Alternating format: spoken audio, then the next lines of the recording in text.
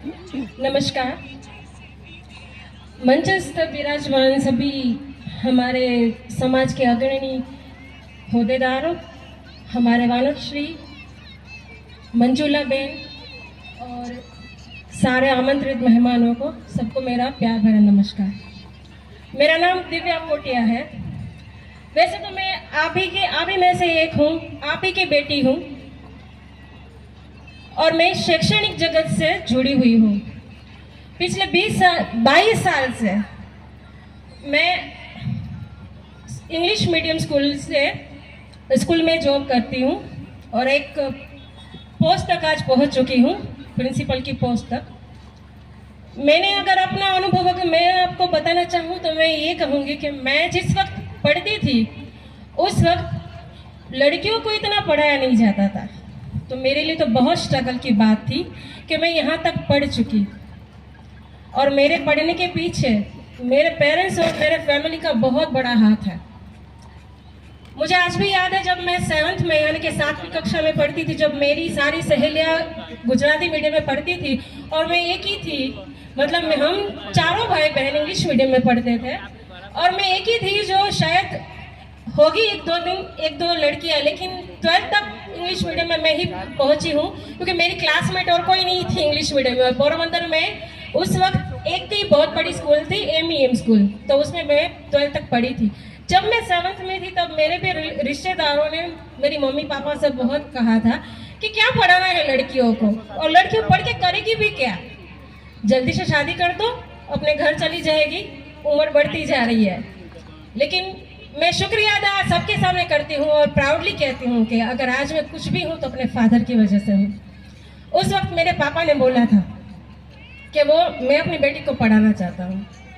और उसके बाद में मुझे दूसरा वाक्य यही याद है कि मैं जब BCom यानी कि ग्रेजुएशन कर रही थी, वो भी बिरला सागर गर्ल्स कॉलेज, वो भी पोरबंदर की एकमात्र इंग्लिश मीडियम स्कूल थी जहाँ से मैंने ग्रेजुएशन अपना कंप्लीट किया था। और वहाँ पर भी 2 सेक्शन थे, होम साइंस एंड BCom, तो मैं BCom की स्टूडेंट थी। और उस वक्त मेरे पापा एक बिरला फैक्ट्री में एक वर्कर कहो या फिर एस्टेट ऑफिसर कहो तो उसी पोस्ट में थे, तो इतनी हमारी हैसियत नहीं थी कि हम होम साइंस की फीस को अफोर्ड कर सके। लेकिन मेरी इच्छा थी कि मुझे पढ़ना है। तब मेरे फादर ने मुझे बोला कि तुझे पढ़ना है ना, मैं कैसे भी अरेंज करके तुझे पढ़ाऊंगा। तो वो वाक्य मुझे आज भी याद है। फिर मैंने कहा कि नहीं ठीक है, अगर मेरे पापा मेरे लिए इतना कर सकते तो मैं भी तो कुछ कर सकती हूँ ना उनके लिए। मैंने BCom वापस किया उसके बाद। और इस फील्ड में अगर आज मैं उन्हें याद ना करूँ जो मुझे इस फील्ड में लाए हैं, तो सही मानों में मैं नाफरमानी करूँगी। शैक्षणिक जगत में कि एजुकेशन फील्ड में अगर मुझे कोई लाने वाला है तो मेरे स्कूल के टीचर थे दिनेश भाई लोढ़ारी, जिनकी वजह से मैं आज इस फील्ड में हूँ। तो मैं उन्हें कभी नहीं भूल सकती। जब भी अपना कोई अच्छा काम करती हूँ या कभी भी मैं आगे बढ़ती हूँ, मैं हमेशा उनके आशीर्वाद लेके ही बढ़ती हूँ, क्योंकि वो मेरे गुरु हैं। उन्होंने मुझे इस फील्ड में रास्ता दिखाया है। तो आज मैं अपने अनुभव से, मुझे आपको जो मेरे साथ सोशल मीडिया पे जुड़े हुए हैं उन्हें पता ही कि मैं गाना भी बहुत गाती हूँ। तो कई लोग मुझे कहते हैं अरे टीचर हो, प्रिंसिपल हो, क्या ये अच्छा लगता है ये वो, तो क्या प्रिंसिपल टीचर इंसान नहीं है क्या? उसे अपनी खुशी को प्रदर्शित करने का हक नहीं होता है? तो ये सब चीज़ों को मैं नहीं मानती हूँ। और सबसे बड़ी बात तो ये कि मुझे किसी ने फ्रेंड लिस्ट में से किसी ने मुझे, जब मैंने स्टेटस पे रखा था अपने कोई गाना, तो मुझे किसी ने बताया क्या खारवा की बेटी होगा, ये तुम्हें अच्छा लग रहा है, तुम गाना गा रही हो? तो मैंने कहा कि क्या मैं कोई अंग प्रदर्शन कर रही हूँ वहाँ पर? जो मुझे अच्छा ना लगे क्यों ना करूँ, मेरी खुद की इच्छा है। मैं भी तो खुले आसमान में उड़ना चाहती हूँ। या खारवा की बेटी हूँ तो इसका मतलब ये कि मैं 4 दीवारी में बंद हो जाऊँ और शादी करके अपना घर बसा लूँ, अपने परिवार को आगे बढ़ाते रहूँ? क्या मैं कुछ नहीं बन सकती? तो ये सारी जो मान्यता है ना, वो मैं आप सभी को कहना चाहती हूँ कि आप अगर मन में ये धार के बैठे हैं कि लड़की या हमारे समाज की कुछ नहीं कर सकती, तो ये बहुत बड़ी भ्रमणा है आप सबकी। जब हमारे टाइम में लड़कियां नहीं पढ़ती थी तो उस वक्त आप लोग देखते हैं कि उस वक्त हमारे कास्ट की है, जैसे कि हमारे कास्ट में रजनीबेन गोयल जो हमारे साथ यहीं पर उपस्थित है, वो भी तो हमारे कास्ट का प्राउड है, वो भी तो एक लेडी है।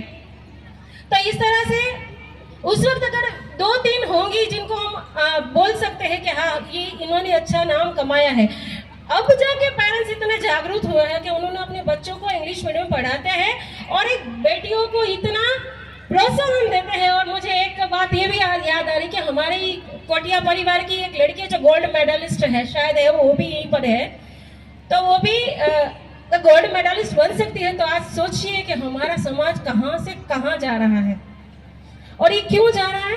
सिर्फ आप लोगों की मेहनत की वजह से। आप पेरेंट्स हो जो सिर्फ सपोर्ट कर सकते हो अपने बच्चों को आगे बढ़ाने के लिए। पहले के जमाने की सोच मत रखिए कि बस 18 और 17 साल की लड़की होगी, शादी कर दी, घर पे विदा कर दिया। जी नहीं, आज हमें भी सभी स्टेट की लड़कियों के साथ हमें कंधे से कंधा मिलाना है। जैसा अभी मैडम ने बोला कि जब मैं पढ़ती थी तो मेरी सरनेम देख के सब हंसते थे, तो मैंने भी ऐसी बहुत स्ट्रगल्स देखी है।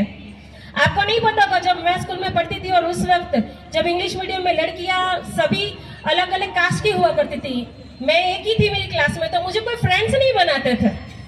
मैं उनके होमवर्क करती थी कि मुझे भेज दो, मुझे फ्रेंड बनाओ, मैं आपका सारा होमवर्क कर दूंगी। मैं उनके होमवर्क करती थी, उनके होमवर्क करती थी, फिर वो मुझे फ्रेंड बनाते थे। तो इस तरह की सिचुएशन मैंने भी तो फेस की है। लेकिन आज के दौर में ये सब कुछ बहुत कम हो गया है। क्यों? सिर्फ इस वजह से कि आज के पेरेंट्स जो है वो जागरूक हैं।